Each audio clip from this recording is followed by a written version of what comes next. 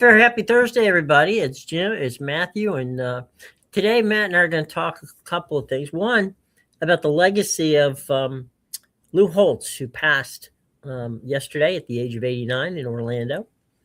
Had a tremendous college career as coach. Had a brief period of time where he dabbled in the NFL, but realized that was not where he wanted to be. And it's going to be he was quite the character, and we'll relate some stories on that later. But and Matt, you got the World Baseball Classic, which is really getting into underway this weekend, right? Yeah. They started action technically last night at 10 p.m. between Mm-hmm. Chinese Taipei and Australia. Continue action again at 5 a.m. this morning between Czechia and Korea, and Czechia and Australia will play tonight at 10. But the full slate of games is set to start tomorrow. Yeah, and right now, I guess the favorites would have to be the U.S., Japan. I assume the Dominican. Any dark horse teams out there, you think? I saw something and they were talking. I saw somebody talk about it on, I believe it was X yesterday. It talked about Team Italy, and they have a lot of major league depth and talent that not a lot of these long shot rosters have. Mm-hmm. And they do have a possibility. It's just hard to see any kind of a long shot winning again because of the depth that those three teams that you talked about have Mm-hmm. in terms of their major league and more than just major league, but top end major league talent. Mm-hmm. Always kind of look over at Korea because Mhm. there's guys that are on the cusp of coming here, and Yeah. so they always are kind of a little, you never know exactly how that's going to work out because you know I know that everybody focuses on the Japanese players, which you should, Yeah. but there's been some pretty darn good Korean players that we've gotten over the past few years. Yeah. I'm struggling to remember. For some reason, I feel like Jung Ho Lee is a Korean player. Mm-hmm. And he's kind of one of the ones that, yes, he is. All right. Yeah, they do. And they're typically they don't produce the same, they don't produce as many, and they Mm-hmm. haven't produced the same level that Mm-hmm. Japan has produced. And I think that's kind Mm-hmm. of why they fall back. But they still take their baseball very seriously the same way they do in Japan over there. I think the difference between the two, and this is just from my observation, is that the Koreans put out some really good defensive fielding players. They can field a roster of 9 guys who defensively are solid. They play really defensive baseball. They're not the power guys, you know. They are they're gonna nickel and dime you to death. They're gonna bunt. They do all the fundamentals great. But as is the case in most of these situations, the World Baseball Classic really comes down, not just to the stars, but who's got the pitching.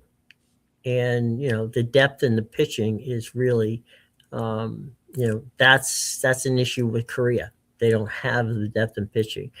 They can small ball you to death, but they can't. If they get into one of these situations where you've got would Judge hit. I think somebody estimated his home run yesterday was 450 some feet. Mm-hmm. That's not going to happen with Korea. They're gonna get a ball, get a guy to second base, punt him to third, bring him in a fly ball. That's their MO. So Yeah, and I mean, you talked about pitching depth and how important it is. You think back to the last time we had this World Baseball Classic, mm-hmm. and you go back and you look at that USA team that made the final, and Mm-hmm. who's starting that final. If memory serves me correctly, I believe it was Rich Hill, who at the time was like Yeah, 38 years old. right. The U.S. didn't have the pitching depth necessary to win this World Baseball Classic. Mm-hmm. That's a different story now that they have Paul Skeens. Tarek Skubal committed. He's not going to really play. But overall, the U.S. team has much better pitching depth now than they did last time around. I got caught up in a conversation, which I think that um, that I wish you were around for the conversation, um, and that is that we, myself and a couple of other guys, don't think enough emphasis at this point in time is being put on college baseball. Yeah, You know, it's from a coverage, broadcast coverage standpoint.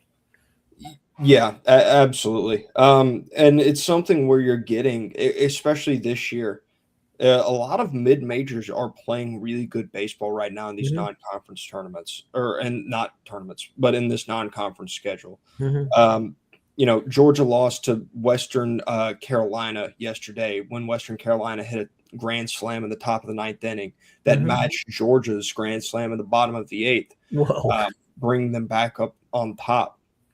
Let's see here. Louisiana beat LSU, I believe, last night. Hmm. There's been a lot of these mid majors, and it's been more specifically against the SEC teams that it's been Hmm. happening, but they've been playing really good baseball this year. There's been a lot of really good matchups in these midweeks, and there's been good matchups in the weekends as well, but there's just not coverage on it. And it's something that I think would draw numbers if it was given better coverage, but right now it's kind of in the hands of ESPN, and we know that they just don't do anything right at this point in time when it comes to what they should and shouldn't cover. So we'll keep watching the like Hmm. 3-on-3 unrivaled women's basketball league and Hmm. shoving men's college baseball down to whatever. I mean, this is like they might as well just be putting it on the Ocho at this point. Right. You were talking about UCLA and how they have a game. It's a ranked game. I think there are two ranked teams. I forget who UCLA is playing, but it's on the Big Ten Plus. I mean, you've got to be an archaeologist to find the Big Ten Plus. I mean, that just you can't even find that. Yeah, And the thing is, what we were talking about, and I'd like to get your opinion on this. What we're seeing in college baseball these days, right? You and I know the SEC and the ACC pretty well from being around the baseball. We've been around. Um, Kids who graduate from college are coming to the major leagues a whole lot faster than the old days. I mean, they're just zipping. I mean, basically, they maybe stay a year in minors. That's about it. yeah, it's really interesting to see how fast or how rapidly this development has changed over the years. Hmm. And I don't know if it's a combination. I mean, you look at it and you've got to assume it is. There's a certain combination of factors that go into Hmm. what this development track is. You would have to assume it's better development at the college level, but it's better Hmm. development at the high school level too. Sure. And these guys are getting better conditioning, better training. They're learning a lot more, and these college programs are becoming honestly at times more advanced than some of these minor league systems are, than these single A ball clubs are. They sometimes have better resources and better technology, and to be quite honest, better paydays Hmm. than these low A ball clubs, and that entices you as a high level college baseball player to stick around. You're going to make your NIL money. You're going to get the same kind of coaching and the same kind of facilities that you're going to get, probably better than you would at these lower levels of minor league baseball. And so what it does is it gives these guys these years that they would otherwise be spending in these single A Hmm. programs or these double A programs, and now you're bringing them in and you're tossing them in single A, and after a month in single A, you're looking at it and going, okay, this guy's hitting, he's hitting Hmm. 425 right now. He's not made for this level. And as they just keep progressing, you're finding that they're just better than these levels are dictating. And so it proves out pretty fast is you're either kind of made for it right now, you're not. You're either the type of guy that's going to project, and it's a lot of these upper echelon guys, the ones that are really Hmm. jumping. Um, But Connor Griffin's another one. He came in. I think he's still like 20 years old or Mhm. something like that. I mean, he's been in the minor leagues. I watched him in high A ball last year, and he's a guy that's in spring training. You know, he's hitting home runs. His average Mhm. isn't there right now, but he's a guy that's probably going to start in AAA if I were to guess. Mhm. And then shortly thereafter, after they get that extra year of control, I would assume he's probably Mhm. going to join the Pittsburgh Pirates on their major league ball club. Yeah. And the thing is, if you look on a weekend, right? And it's not, let's take and just throw away the the February, early March games. Those weekend games are, it's hard to get a crowd out in Yeah. the weather that they're playing in. But you go to March and start that routine, right? You're getting 8, 9,000 kids, watching these games in person. You Yeah. know, where you get 800 watching a single A game. It's and when I did Miami and Florida State, they would, they sold out both. When Miami would come to FSU, they'd sell out Hauser Stadium. When we go down to Mark Light, they'd sell out down there. Same thing happens at Florida, Georgia, LSU. Now Vandy's become a powerhouse. Hmm. The usual suspects are all there. And the funny thing is, I don't know if it's still the case in Georgia, but Georgia actually had a radio network that rivaled, the Braves at one point in time. Yeah, I'm not sure on the radio network, but what I can tell Mhm. you is that yeah, these programs are selling out like they're Mhm. doing really well. If you field a Mhm. legitimate baseball team, then you are going to probably sell out or come close to selling out your stadium very consistently once you get into that conference play Mhm. schedule. Once these Yeah. temperatures start warming up, it's something to do really Mhm. in the springtime. Like it gathers a following that you're not going to get from the Rome Emperors or Right. the Hunts or not Huntsville, the Rocket City Trash Pandas. Like Okay. these aren't ball clubs that you're going to get a strong Mhm. following for. But you know these are kids that attend these schools, and then you've got alumni that attended these schools that Mhm. care to come back and watch a good legitimate baseball product. Baseball is an exciting Mhm. sport, especially in the spring Mhm. when you maybe have a lack of some other stuff. And Mississippi, like I think the Mississippi schools do a better job of selling out and creating a Mhm. college baseball atmosphere than just about anybody in the country, really. Mhm. Georgia does it as well. You Mhm. talk about them, and they've got a hill now that fraternities go and they'll perch up there, and that's created a new unique kind of viewing experience Mhm. for baseball at the University of Georgia. Yeah. uh, so and it's not just like the ACC does really good in terms of their baseball as well. You Mhm. talk about Florida State, you talk about Miami.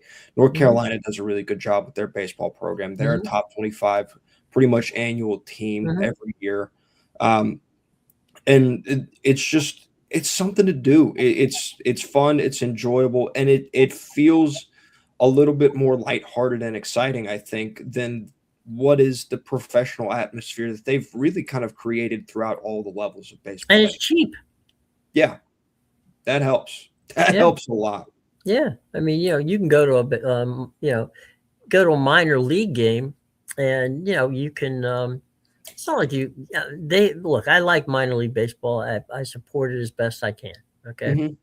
and I think if you're, I have a niece my whose nephew, who's my niece had a child. Let's go there. There we go. 7-year old. And I said, look, don't take him to a baseball game yet. Take him Mhm. to a minor league game. Yeah. Let him get comfortable with how the pace of a baseball game and the pace of a football game are totally different things. Mhm. You want to take him to a Ravens game or you want to take him to a Commanders game, take him to a game. But don't take him to a baseball game. Yeah. It's too long. There's too much going on in between innings. It's just there's not you need to be able to focus, Yeah. But once you get to that point, which he is now at, they're going down in a couple weeks to spring training. Uh, Mhm. because he's ready to go. And it's like, okay, you've been to your first couple of games. His father is a Washingtonian, so they go they go to the Nationals games. His mother's a Orioles fan, and their dog's name is Camden. So that gives you an idea how much of an Orioles fan she is. Um, and so Allison's going to take Elliot down, and they're going to spend a mom and son spring training thing down and watch as many games as they can down in spring training. Which, by the way, if you get a chance, folks, that is really a great time to go watch baseball, especially if you have kids, because you can score some amazing autographs down there at that point in time because the players are just really loose, and you'll get some. The other thing I've told people to do is to go to the practice fields, because there's some of your top young players who you're going to see in a couple of years. Man, they'll sign anything that you want them to sign, and you get a lot of you'll get some of these guys who are coming off of injuries, right? They'll Yeah. go to the minor league fields. They'll play an inning or two, take a couple at bats, and then they'll go over to the major league place for the game, the 1 o'clock game. So they'll go in maybe 10, 11 o'clock in the morning, play a little bit on the minor league fields just to get loose, and then walk over to, the major league situation. So plenty of opportunities to get autographs, to get your picture taken with these guys, and just to get them in a very much more comfortable situation than you would once the season begins. Yeah, and you talked about minor league baseball being good for younger kids, and that's Mhm. I think you're 100% correct on that. I remember when I was really little, like the games we went to, we didn't go to the Atlanta Braves, we went to the Rome Braves. Uh-huh. Because in Rome they have a grass field with Mhm. inflatables and stuff like that Mhm. occasionally when they do special nights. Yeah. Like these minor league ballparks provide a much more relaxed and Mhm. different paced atmosphere for families that Mhm. that's significantly better and for your children to get acclimated to the game of baseball and kind of the way it works. It allows for a lot more Mhm. freedom than kind of the rigidness of a major league baseball stadium. While you can, Mhm. yeah, you can still get up and move around, but you're in amongst 30,000 other people. And so when you go to the concourse, it's not light and breezy, it's packed. Like there's a bunch of people trying to get their Mhm. nachos at the same time as you. So you don't have the freedom to move Right. about as much as you want to. And so that's one of the good things that minor league baseball provides that Major League Baseball just can't. And in terms of the audience that college baseball brings, it brings a little bit more of that lighter, Mhm. um, less professional feel to baseball Mhm. for an older audience, for more my Right. age audience, for people that Mhm. don't want to have to go sit down and watch, the kind of what I've heard people complain can be a little bit of the monotonous type game that Major League Baseball can't be at times. Mhm. So I think each level of baseball has its intended audience. It doesn't Right. mean that if you're not in that intended audience, you can't enjoy it. But Yeah. it feels like they're kind of designed and geared towards certain audiences and cater to them a little bit better than Well, I the think that does. the minor leagues have got the idea. Okay, look, let's capture the families. Hmm. Okay, get them young, get them over here, have some fun stuff to do, like running the bases after the games, and which some of the major leagues now allow you to do on a Sunday. Um, then they've got, they'll have T-shirts, or they always are having giveaways and all kinds of fun stuff, and it's geared more to what happens in between innings, right? Yeah. You've got that kind of thing. You've got stuff where it's I'm trying to remember where it was. It was somewhere in Arizona where they play outside in the summertime. It's like 109 degrees, and basically you can watch the game from in essence they've got like water slides, and so Yeah. you're out there. It's 109 degrees. You gotta. It'd be nice to cool off, and they're out there, having water slides, and you can watch the game and do that, or you can take the kids out there, and when they can go out and play in the water slides, and family can watch the game. So they're catering to, as you said, to the audience. College is always catered to the college fans on campus, and you can pick up tickets relatively cheap, and and it's a lot of fun. I mean, it's Hmm. it's usually on weekends, and they usually play double headers. Yeah. So the double header situation is something that is is interesting on a number of levels. But Yeah. In minor league baseball stadiums, or I don't know if people truly realize this, but a lot of them have like they try to incorporate a feature that makes the stadium unique mm-hmm, and different from what you're really used to. Like it's never a cookie cutter kind of stadium. They always mm-hmm, have tried to incorporate something. I was uh I was down there in Tampa last summer, mm-hmm. and what minor league team plays right there in like downtown Tampa? Oh Uh, my yeah. god. Well, it's Not not the Yankees. not not Tampa. A little bit south of there. Sarasota. Regardless, possibly. They've got like a boardwalk is pretty much runs through. Oh, okay. I know what you're talking about. That's where the Pirates are in Bradenton. Yeah. It's the Pirates single A affiliate. Yeah. Yeah. Mm-hmm. Um Their Florida State League team. yeah. Like they all do something different like that. And went to the ballpark. It wasn't a particularly busy night. Things are moving a little bit slow. Get up and walk around. You can go walk that boardwalk. You can explore it. It's something different. It's something unique, and it's something cool that really typically is able to separate these ballparks from each other. Yeah. And the fun part of that is that you've got something for everybody, right? If one of the things that becomes difficult if you're a family, besides the cost of going to baseball, major baseball game, is that, and you brought this up a little earlier, the fans, if you go to a ballpark and you've got the adult fans who come to the games, they're a little more friendly to families sometimes. Mm-hmm. But if your kid is like 7, 8, 9 years old, they're not necessarily as friendly as you would hope them to be. If you're Yeah, getting up and running, past them, and they're thinking, come on, just you know, why are you bringing them, to yeah, games like this? And sometimes the language and the rowdiness can get out of hand. yeah, yeah, and that stems from I think there's two things. One is I'm not sure anybody shows up to a minor league baseball game with the intention of getting torn up in terms of what they're having to drink that evening. Right. Right. Um, and the second is I don't. You're going to have a really hard time finding somebody who's a diehard Greenville Grasshoppers fan compared to the Boston Red Sox. It's just not Right. going to happen. Yeah, and I think that that's why when you go to Fenway Park, I mean, look, you spend a lot of money to get there, and so all you want is to go ahead and say, okay, cool. It is what it is, right? I'm happy to get it done. I just want to get my, you know, you spend a lot of money to get in there, and you just don't want it to be. It's like going to the movies and have people constantly wandering through and asking you to move out of the way so they can move and get out. You can't enjoy the movie.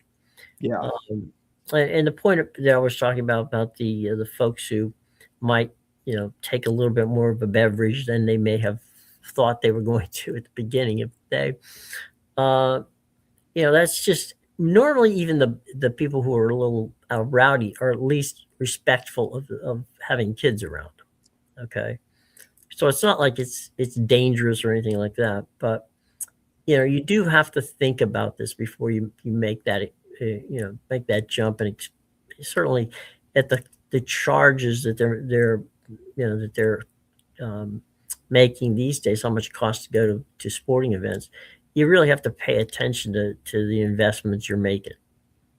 yeah, yeah. You absolutely do because there are places where you're better suited Mhm. just to not show up, and that typically boils down. I think what the hard part is that when these families are typically available to go to these games, Mhm. go to these baseball games, is you're talking about we're available to go on a weekend like Mhm. that. That's when it's the best time. guess when everybody else has their free time as well, and you're more Mhm, likely to see the higher consumption mhm. of beverages. It's going to be on a weekend. Right. So there is that factor that plays in as well. Well, I can give you an example with my brothers. My our family's baseball family, and my brother one night just calls my other brother, my younger brothers, and he says, "Look, I don't know what you're doing, but," and they live up in Lehigh Valley, just a little north of the Philadelphia. And he said, I kind of want to go to a game tonight, but I don't feel like driving down to Philly, and back. Mhm, Um, you want to go out to the Iron Pigs, which is a AAA farm team for the Phillies. mhm, And they said, sure. So both of them went out, spent $12 on their box seat at the ballpark, had a lot great time. They enjoyed it. The thing is, and um, interestingly enough, and just like from Pawtucket, right? The mhm. AAA farm club from the Red Sox. Those games are all televised. Yeah. So, it's you're watching good quality AAA baseball, and you're paying, reasonably cheap prices, and it's fun to watch, and you're watching guys who are going to be on the big leagues team. They may be on the big league team the next time you see them. Yeah. Yeah, it's very possible, especially with the way that the big league rosters work and the options Mhm. work and stuff like that. Is you can have a guy that's been on the major league roster. You can have a guy that is going to be on the major league roster, like you said, the next time you see them. The way the movement works is this is talent that's adjacent to the major Right. league level. Like, I mean, as bad as it sounds, is you're probably some of these uh, teams that have really good farm systems, you're Mhm. getting a similar product as if you went and watched the Colorado Rockies play Mhm. baseball. Mhm. They aren't far off in terms of the talent that they have in these AAA and even to an extent AA teams. AA teams, you're really looking more towards the prospects of the future typically, and these guys that like we were talking about Mhm. in that accelerated development Mhm. is now a lot of times these guys are jumping from double A to the major league straight away. They Yeah. can sometimes skip that triple A step, but that triple A step is still very much a real thing. Talked Mhm. about Paul Tuckett. I mean, Paul Tuckett's going to have at least two guys I know starting off in their rotation this year that are going to be Major League Baseball players later in the Mhm. season, and Connerly Early and Peyton Tolley. Like that's something that's going to happen. And it's not a Red Sox specific thing. It's something that's there across the league. You look at the Yankees. George Lombard yesterday hit a home Mhm. run with Garrett Crochet in the first inning of a spring Mhm. training game. He's not going to be on the Yankees opening day roster, but he's Mhm. probably going to be in AAA, and he's going to play some really good baseball. Talked about Connor Mhm. Griffin earlier, number one prospect in baseball right now. Mhm. Probably not going to be on the Pittsburgh Pirates opening day roster Mhm. because they're going to want that extra year of control. Where's he Right. going to start? He's going to start in AAA. So Mhm. it is a really really talented league of baseball for you to go watch at a significantly discounted rate in terms of Mhm. what your bang for your buck is, where you're sitting, what you're seeing. It's funny. Had a conversation one time with Mike Rizzo, who is no longer the president of baseball operations for the Nationals. Uh, and Rizzo told me that sometimes he says, we'll bring a kid up, and he said, one of the reasons I like keeping players for the Nationals, Harrisburg is their Double A farm club. Their Mhm, Triple A farm club is Buffalo. He said, if I know I'm going to need a pitcher or a fielder, you can play, a guy, he goes, I'm going to put him in. I'm going to put him in Harrisburg, because if had to make a call in the morning, he can leave Harrisburg at 9 o'clock in the morning. He can be here by 1 o'clock, and I can mhm. put him in the game tonight. Yeah. Because if I get a guy in Buffalo, I got to get him on a plane, fly him to National Airport, and pray that he makes it here on time. Yeah, and that's you see some strategic placement of these AAA ball Mhm. clubs. You talked about the Iron Pigs for Philadelphia. Yeah, They're not that's all an that hour far. drive. Yeah. Yeah, Paul Tuckett for Boston. yeah. It's a drive that Marcelo Meyer and Roman Anthony Mhm. made last year. Gwinnett in Atlanta. No, yeah, Close. that's That's a close close. proximity. Yeah. So Same thing they for the Yankees and the Mets. They got teams in Pennsylvania, right there in northern Pennsylvania. There, you can get there.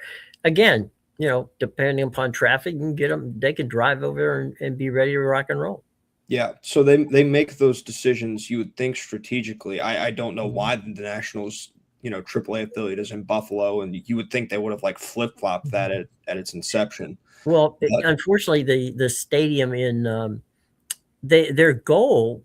You may remember the Braves used to have a AAA team in Richmond. yes, yeah, yeah, And yeah. then what happened is the city of Richmond decided not to upgrade the ballpark. Mm, And so then the Braves decided, okay, well, they're going to leave Richmond and they're going to go to Gwinnett. yeah. That left the stadium there, but they were double A quality, stadium, Hmm. and they didn't really upgrade it. And so then when they began the upgrades, by that time everybody had a seat at the AAA farm, spot. So it's a double A. And um, for Boston, for Baltimore, their double A team is in Bowie, Maryland, which you could you could make that in a half an hour from Camden Yards to Bowie. Yeah. So their triple A teams down in Norfolk. So you could still do it. I mean, if you had a problem and you wanted to bring somebody up, but when Buck Showalter was managing, he liked to shuttle pitchers. Like he would have a guy, start a game and then go the minute after the game was over, get in the car and drive to Bowie, where he would be, they'd keep him until they needed him the next week or two. So Yeah. that was basically a shuttle between Bowie and Baltimore. Yeah, you So gotta yeah, love the spot starts. oh yeah, that's what they were doing. And Yep. Cincinnati does the same. A lot of teams do it. Philadelphia with the Iron Pigs, and that's the importance of having those teams locally. And the funny thing, that's what I was joking about. You could see a guy playing, you know, in the field tomorrow, and then the next day he's playing in Philly. A lot of times when they want these guys who are coming off injury to go and get a couple of bats or maybe throw a couple of innings, they're going to throw them. They're going to send them up to Lehigh Valley. They're going to pitch an inning or two, and then off they are back to the team. So you're going to be able to see guys who are they're professionals because they're Mhm. practicing and trying to get Harper. Basically went up there after an injury and played 3 games and came home back to Philly to play the rest of the season. Yeah. Rehab assignments. That's Yeah, another thing that strengthens the appeal of the AAA ball. bond, right? Yeah. Yeah. So that's so we've given you options for go watch. Obviously, you can go watch your major league team. You can watch your minor league team, or we both would recommend just drop by, see what your local college baseball team is doing. They may be a lot more fun than you might think. Yeah. Uh, Especially right now. Like even if you like went to a smaller school mhm, is because I mean you can go what was it? It was Tuesday, I believe it was. mhm, Georgia was playing at Kennesaw State. Like mhm, you're playing these big schools are playing these in-state schools. right. Sometimes, they're going to these places. Mhm, Otherwise like they're not gonna go visit. They're not gonna go visit Kennesaw State in basketball. They're not gonna go no, visit Kennesaw State in football. But no. in baseball, it's different in the way that they can schedule these home and homes. Mhm, yeah, and the money's not is not a Mhm. factor. Yeah, You know, it's exactly. only the only thing that's really a factor is the travel. Yeah. How far am I going to go? It's like University of Tampa, who's won 9 World Series, Division II World Series. Mhm. You know, um, they play the Yankees once every year because George Steinbrenner was, that was one of George's big things. as does USF. But USF and Tampa U will play for the cup, the best team in the city. Mhm. And one's a D2 program, one's not. But you know, they're both quality baseball teams. It's fun to watch. Yeah. And and the upgrades that these teams have done to their stadiums. I mean, my goodness, they're much nicer places to go than some of these minor league ballparks. Yeah, absolutely. And just on you're talking about the playing the major league team, Mhm. Northeastern, the team that plays the Red Sox, they Mhm. they are putting together a really good year right now. Mhm. They beat who was the number 2 team in the country. They will not be whenever they release new rankings, but Mhm. they went down to Baton Rouge and they beat LSU Mhm. in a midweek game as well. They're playing really good baseball right now. I mean, for those of you out there, Lane Kiffin had nothing to do with that team, so you can They probably were going to be ranked similarly in terms of their transfer portal spending, right. at least where the rankings are going to fall. They're not going to spend the same amount of money. That's not what No, I'm saying. But they're that, going to. They still had probably the number 1 or number 2 transfer class in mhm. college baseball coming into the season. That's wild. That's wild.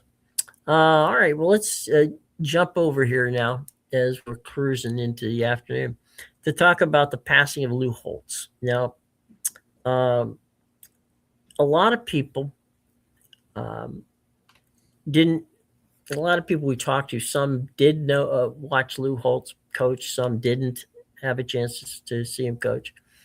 Um, I had the honor and pleasure. Let's try this again. Try to speak English. I had the honor and pleasure to um, to do a lot of FSU games with Bobby Bowden, um, Miami games with Jimmy Johnson, Notre Dame games with Holtz. Um, you could not those three guys, and I guess Paterno to an extent because but at that point in time, Penn State was also independent. Um, the they were the powers of college football during the 80s, which Mhm. is not to say there weren't good teams in the SEC or the Big Ten or other places. There were. Yeah. I'm not saying that. I'm just saying that these guys were consistently the top 5 programs. Okay. And you could not have had 3 different kind of coaches. You had Bowden, who was, like he stepped right off the Andy Griffith show. Um, Bobby was funny. Um, he was. You would never hear a curse word from him. Very religious guy, and had had this idea that there were troubled players. He took chances on players. He got burned a few times, but Bobby had the feeling that there was nobody who didn't deserve a chance. Mhm. And whether you agree with that or don't agree with that, because he did get in trouble for it, because there some of those kids that he thought that he banked on didn't come Yep. through for him. But some of them did, like Yeah. Deion Sanders being one of them, Warwick Dunn being another one of them. So that was Bobby. Jimmy had a chip on his shoulder. He was a guy who um, he had an edge to him, which is why the football team had an edge to them. Why the U was the U. Jimmy Mhm. didn't care. Jimmy didn't care if he wanted to beat you. If he could beat you 100-0, he'd beat you 100-0, Yeah. without any fear or of any kind of retribution of any sort. He didn't care. Holtz was, there's a lot of people talking about, he's a great guy, warm and fuzzy. Yeah, okay, fine. Yeah, but yeah, let me just say this. He was a nice man. Let me just get that straight up there. He was a very good coach to his players. He could be surly at times, okay, which we all could say. We have our days, right? Lou was a fiery guy. So he would get angry, he would get upset, he would get, he would get a little bouncing, and he wasn't a big guy. Okay, so Hmm. he was like 5'6", 5'7", maybe. Weighed like a, soaking wet might have weighed 140 pounds. Uh, so you could see him bouncing around on on the sidelines, going nuts, and he would work the officials really well. And so I put three columns up today, two of them on Sports Talk Florida, one on the district. Um, the one on the district is about the one which I think most people um, probably remember the most, and that's because of the 30-on-30 Catholics versus convicts game. Hmm. And that one, I'll be honest with you, I worked that game, and I did a pregame, postgame show for WGN on that one. The game was televised by by CBS. Messberger and Pat Hayden were the guys on the game, and we saw the T-shirts out early, with Catholics and convicts. But the vibe on campus that week was more of a let's. They're praying that they literally that they could get. They had been beaten 59-7 and 24-0 the last two times they played Miami. So the idea of Miami, who was number one in the country, coming into Notre Dame and losing was, maybe they will, maybe they won't. We don't know. We had a pretty good team. And it was a wild game. I mean, it was a game that came down. Cleveland Gary, to this day, will swear that he broke the plane on the goal line when the officials called it a fumble. They lost the game 31-30. So had Miami won that game, Lou Holtz would not have ever gotten his national championship. Yeah. So that was something in that case. In '93, they had the game of the century, which was Bowden, and again a number one ranked team coming into Notre Dame to play. And in that case, again, Notre Dame came through with a big win, and that was a fantastic football game that those two teams played. So if you look at Holtz and his history, it really revives around his success against Jimmy Johnson and Bobby Bowden. Hmm. And those were the only two games he won against Jimmy Johnson and Bobby Bowden. But they were big games, so Yeah. hey, they were both played in Notre Dame, which if you've never been there, folks, I don't think there's a stadium in the country where the field is as close to the fans as that is. I mean, you can almost feel like you can reach out and touch the players on the back. I mean, Yeah. it's that Maybe Michigan State. Michigan. Michigan State. Oh, okay, maybe. I'm trying to remember. They've got the AstroTurf field. They've got that wall that they got like. Oh, I know what you're talking about. Yeah, okay, yeah. It could be. Yeah. Yeah. The Regardless. Notre Dame thing is that they've got a small little I don't know, maybe a 3 or 4 foot wall tops up, Hmm. and it's pushed up all the way against the field. Yeah. We even had trouble, to be honest. We even had trouble putting our camera that goes along the sidelines in Notre Dame because there just wasn't a hell of a lot of room to do it. We had to build a specific, like a track, like a train track, to get it in there because otherwise we wouldn't have. But the point being that you're feeling the crowd can get very intimidating.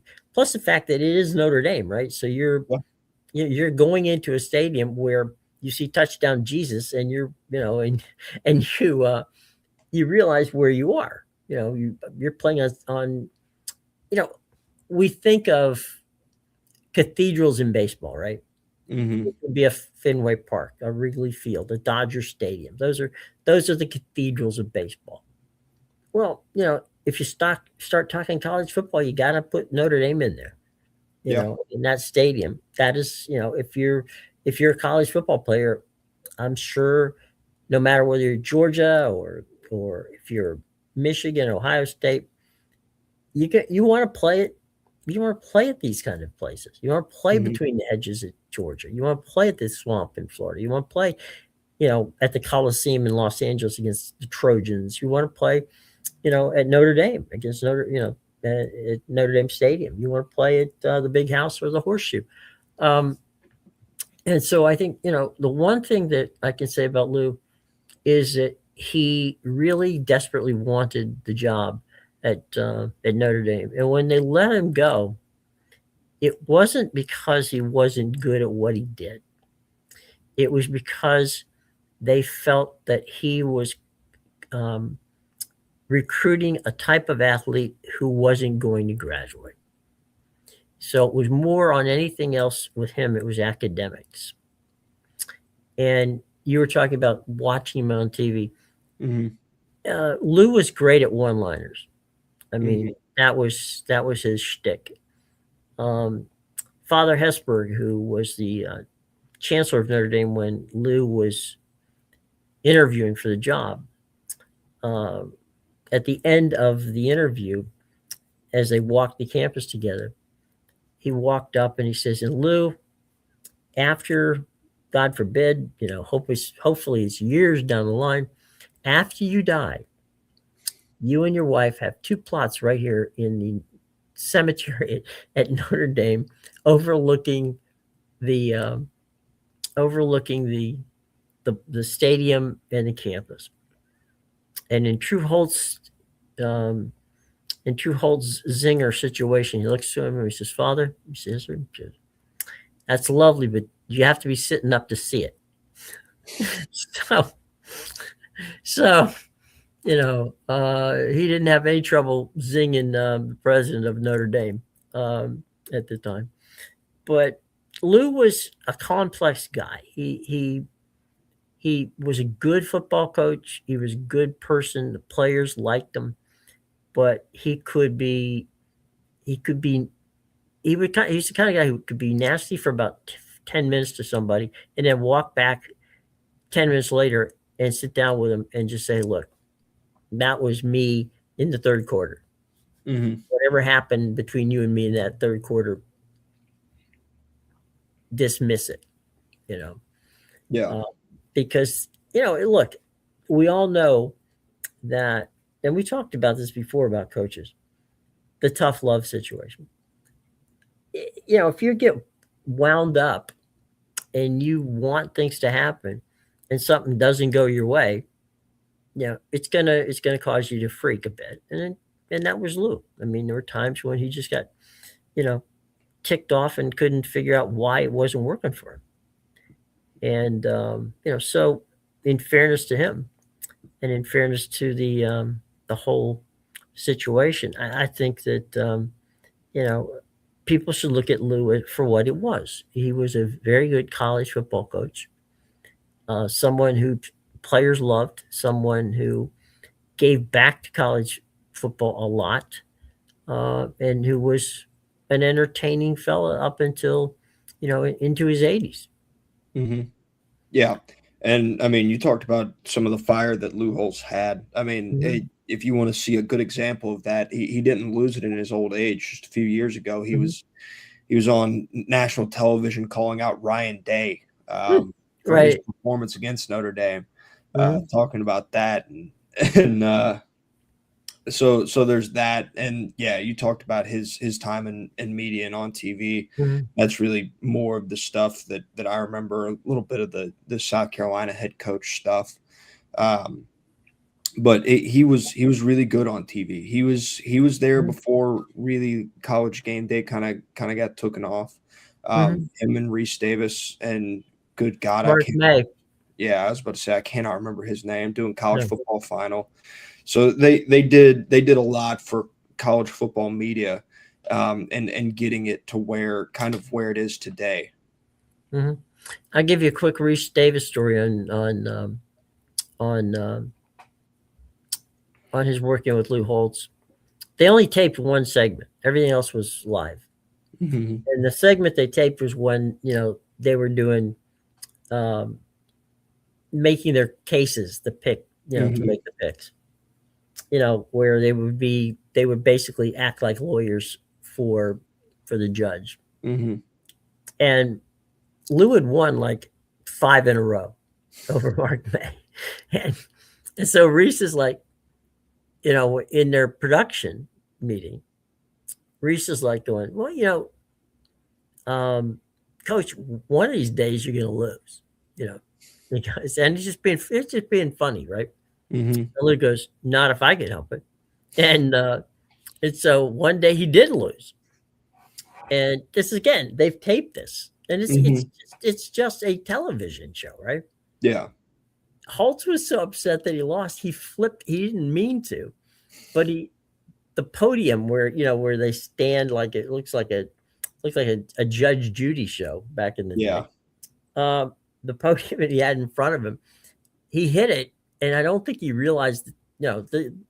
In those days, ESPN wouldn't spend a whole lot of money on the sets, and so when Mm-hmm. he hit it, the thing like flew across the room, and he's standing there looking like, what did I just do?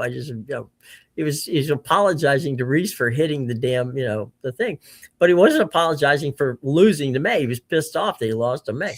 So even on on the show, he didn't want to lose.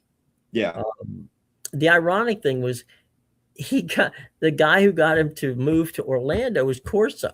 So if you can imagine, he and Corso, lived in basically not necessarily the same neighborhood, but certainly close enough to each other. Mm-hmm. So I'm not sure that if those two got together, you would have gotten a word in edgewise. It would have been pretty much impossible, which, that's one of those conversations where you're probably okay just sitting back and listening. I think it would be one of those things where if you didn't sit back and listen, you'd be foolish. Yeah, exactly. Because they both love to tell stories, and in the case of Bowden, which I thought was kind of interesting,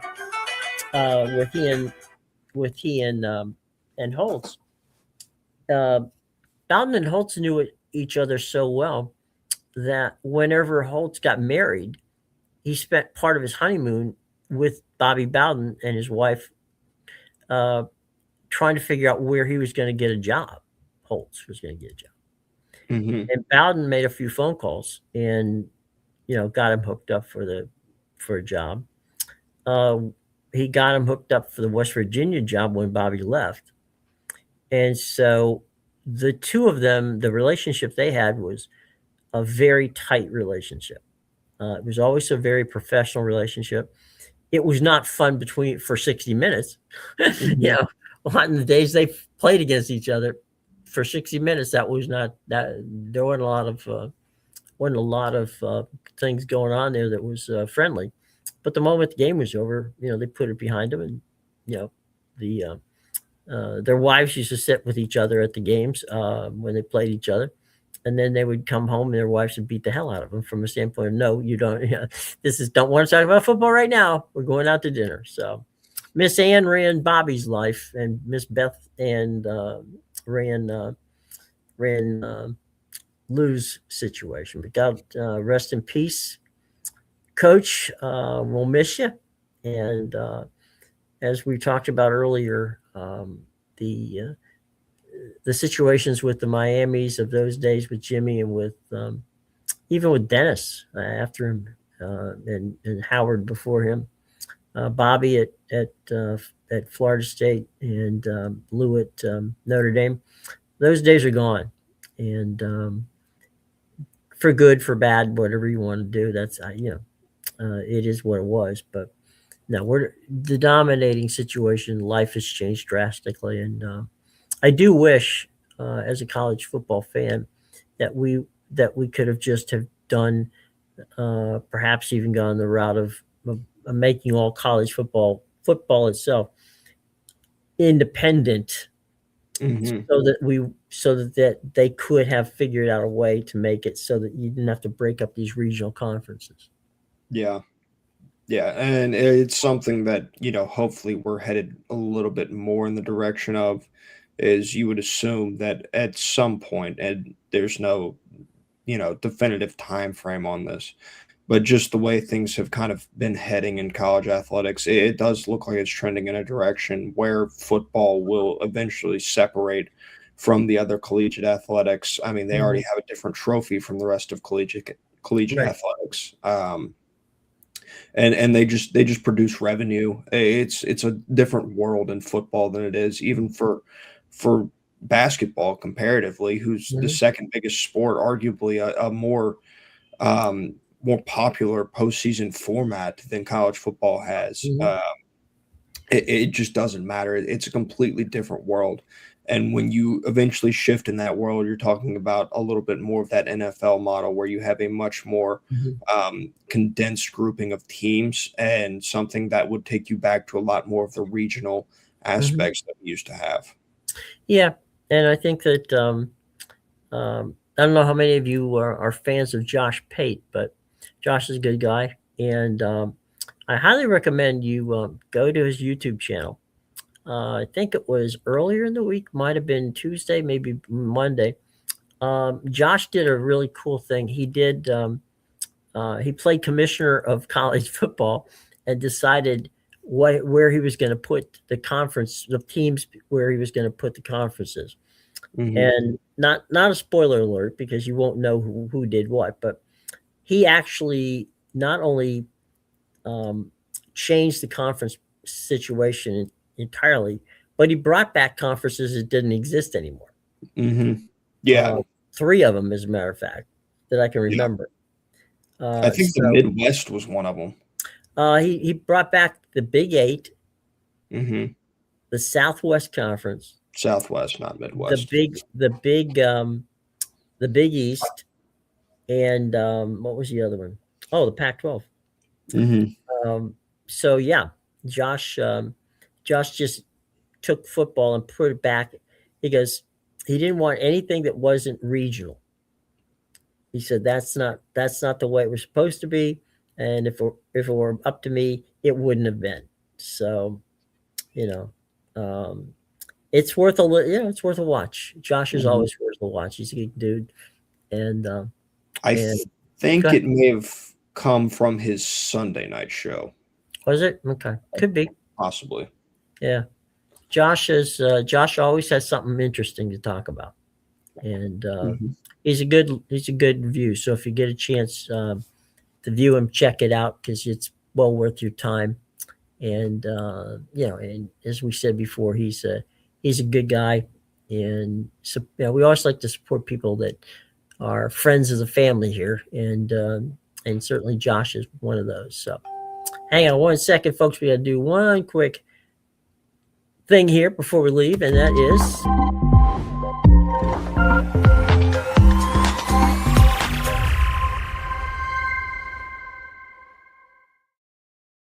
thank our friend Zach Bobo because Zach is a supporter and a sponsor of the show. If you need anything with regard to, you know, real estate in Georgia or anywhere in the Southeast, we want you to give Zach a call. Okay. Zach Bobo is our guy, and he's been with us now for a few months. And, we want to support him because he supports us. So there you go. Any final words before we get out of here on a Thursday? Remember tomorrow, everybody, we're up at noon. Let's see here. Oh, that's what it was. John Rahm's made a big deal Oh, in God. reference to his DP World Tour fines. Yeah.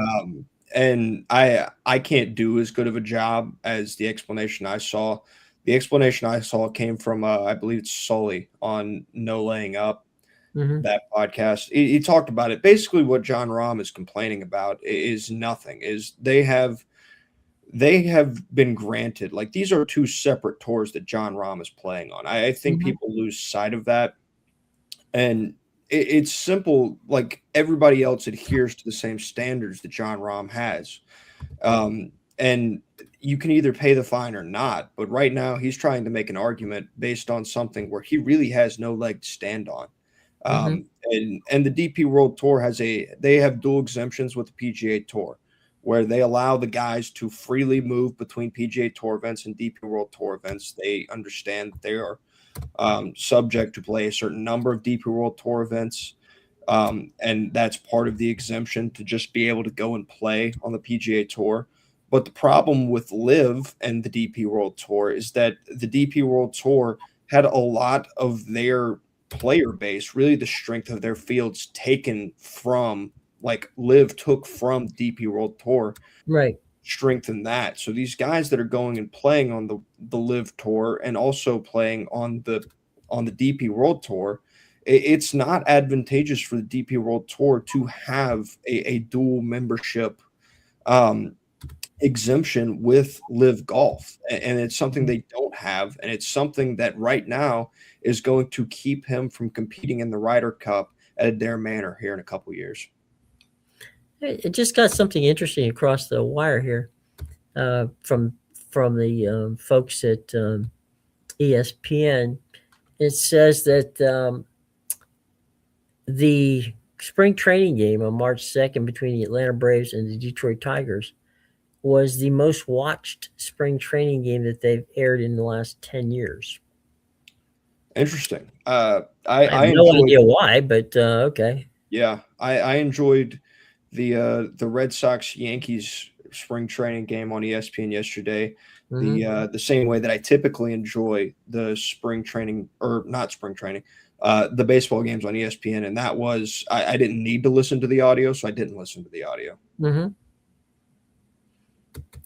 That's that's funny because my wife will come in and say, "Well, did you do you she didn't even know I was watching a game, Mm-hmm. and so she'll go, well, did you why don't you have the audio up? I go, I don't need the audio. I know I know what the house, I know what it looks like. I know what it is. It's I don't really need to know. I mean, I can see right there. If it's a strike, it's a strike. It's a ball, it's a ball. Don't necessarily need to hear them tell me what happens. Yep. But well, good on it, ESPN for getting good numbers on was on an afternoon baseball game. Mm-hmm. So Yeah, it's impressive. I'm surprised that game was the one that drew that many eyeballs. well, it drew 500,000 people. Wow. So I wouldn't go out and pop champagne corks. I have no idea why they're sending that would, if I were them, I would be pumping up a little bit more of other stuff. But hey, if that's the most people have watched a game in 10 years, so good for them. Have you seen any of the Braves baseball on their new network? I have not. No, I have not dabbled into the Braves vision just yet. Okay, I did see I did see the Nationals games, and it's very interesting. All of the opens, which pretty much that's what they did with FanDuel and Bally's and all the opens were relatively the same start. It was the same kind of open, just changing teams and graphics and that sort of thing. This one opens up where the voice is Bob Costas, and Bob welcomes you to today's presentation of Major League Baseball, and the Washington Nationals is coming up next, and then they go right into it. Today's baseball game between today's Minnesota Twins game is presented by Major League Baseball and the Minnesota Twins. So, fill in the blank. Bob tracked them all. The interesting things is the mic flags are all just that MLB logo. There's no team logos on these mic flags anymore, or no, FanDuel or any of that. Because again, produced by Major League Baseball. Yeah. So understandable. that makes sense. it really the quality of the product is better from a production standpoint. Yeah, although in fairness, it's hard to tell when you're doing spring training games because spring training games are being done out of minor league baseball parks, so it's a little tough to do that. But right now it looks good. The graphics are nice and clean, easy to read. So yeah, I think that I'll give them a chance till they get starting in the big leagues. To the games actually start. We'll see how that works. But all of the World Baseball Classic games are on Fox, I believe, on FS1 or Fox. So if you're going to watch them this weekend, keep an eye out for them. I'll tell you in just a second what's going on. Hang on. Give me one more brief moment as we get out of here on a Thursday. Okay, let's see here. As you mentioned this, you're talking about this morning, right? Okay. Czechia was beaten by Korea 11-4 in that game. I got some scores I can give you from the spring training. Cubs are 4-1 up on the D-backs. The Reds are beating the Dodgers 6-5. That's the bottom of the third. Boy, that's pitching optional there. Bottom of the third, 6-5. Rockies are losing, stunning. Bottom of the third to the Brewers, 4-2. Athletics and Angels. Oh God, the Athletics are on top of the Angels, 8-zip in the third. Padres and Mariners. Padres up on the Mariners, 12-2. Rangers and Royals. That game can be seen today if you're in the Texas area on the Royals network. It is an 8:05 start, and we got some finals for you. We got one more over at Camelback Ranch at 8:05 tonight. It's the Guardians and the White Sox. Bilby is pitching for Cleveland, and Burke is pitching for the White Sox. The Mets lost to the Nationals by a score 7-4 today. The Cardinals beat the Pirates 3-2. The Orioles beat the Rays 4-3. The Astros lost to the Marlins 2-0. Yankees got beat by the Twins 15-0. Jeez. That was that game, by the way, was called in the seventh inning. I didn't realize they had mercy rule in in spring training, but that must have been it. The Braves beat the Blue Jays. By the way, the Braves are 9-2 in spring training games so far. 9-5. Phillies beat the Red Sox 6-2. And that's what we can tell you on that. So very cool on what's going on there with regard to the events. So there you go from your spring training sports headlines center. We will move on, and like we just said, all right, boys and girls, we will see you tomorrow at noon. Thanks for joining us, and have a good day.